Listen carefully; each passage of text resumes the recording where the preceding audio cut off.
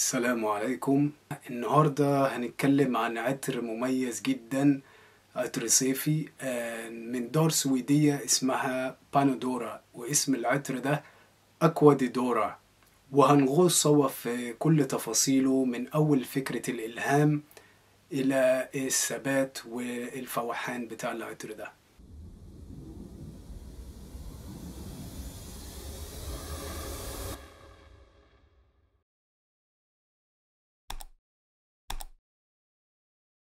العطر ده بيجمع بين النقاء والدفء وبين الانتعاش والعمق. فلو انت من عشاق عطور النيش او بتدور على تجربة جديدة، خليك معايا لآخر الفيديو ده. العطر ده من تصميم العطار السوري إبراهيم الزعبي، وهو ابتدى رحلته في عالم العطور في التسعينات. الزعبي مش بس بيصنع عطور، إنما بيخلق تجارب حسية. سافر حول العالم بيدور على المكونات النادرة، وهو اشتغل مع دور عطور كتيرة جدا. في أكوا دي دورا استلهم الزعبي بجزيرة أولاند السويدية اللي هي على البحر الشمالي، واشتغل على العطر ده لمدة 9 شهور. والنتيجة كانت عطر بيجمع بين انتعاش البحر ودفء الأخشاب، ريحة البحر، نسيم الأشجار، ولمسة من المطر، كل ده في رشة واحدة. جزيرة أولاند السويدية معروفة بجمالها الطبيعي وهدوءها الساحر. الزعبي زار الجزيرة سنة 2020 وانبهر بروائح البحر والأشجار والتربة بعد المطر. قرر يترجم الإحساس ده في عطر واشتغل عليه 9 شهور. أكوا دي دورا نتيجة الرحلة دي، وبيحمل في طياته روح الجزيرة. شكل الإزازة بسيط وأنيق، الإزازة شفافة بتوضح لك السائل الفاتح اللي جواه. والغطا طبعا غطا ايكونيك على شكل راس الغزال، وده مش مجرد شكل، ده الشعار الرسمي لدار بانادورا. تحس ان الازازة نفسها قطعة ديكور، تديك احساس بالفخامة من اول نظرة.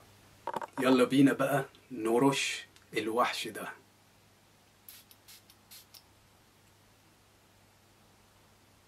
من اول رشة بتحس انك في حضن الطبيعة.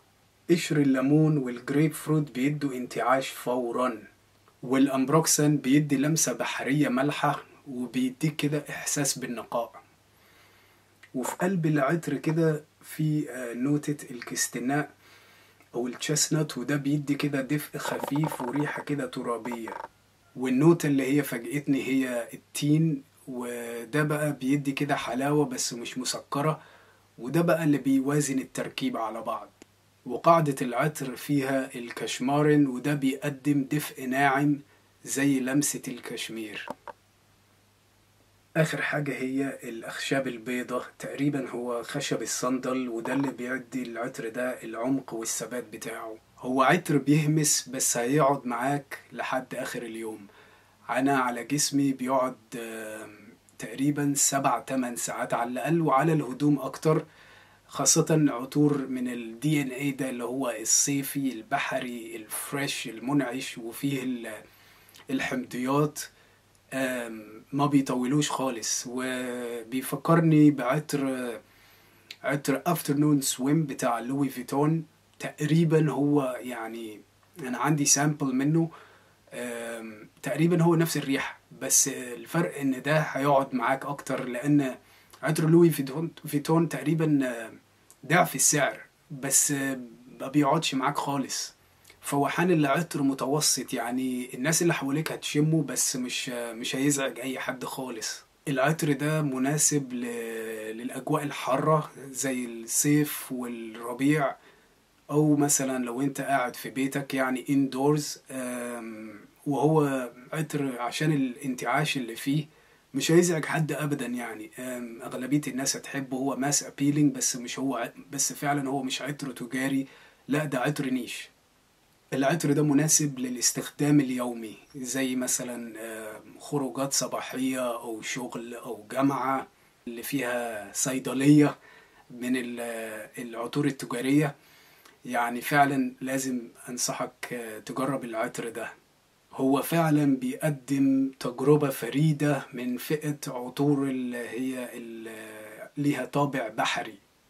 هو عطر فعلا بيحكي حكاية مش بس ريحة. أكوا دي دورا مش عطر صاخب بس فعلا بيسيب انطباع، وهو بيجمع بين الانتعاش والدفء، وده فعلا نادر جدا في العطور البحرية. لو بتدور على عطر صيفي مختلف بطابع نيش، ده فعلا اختيار كويس جدا.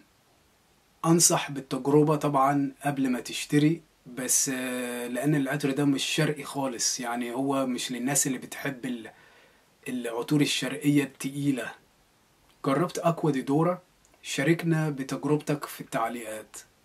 وإيه العطور البحرية المفضلة ليكم؟ وهل تحبوا إن احنا نعمل مراجعة لعطور تانية من بانادورا؟ وما تنسوش تعملوا لايك وسبسكرايب وتفعلوا الجرس عشان يوصلكم كل جديد.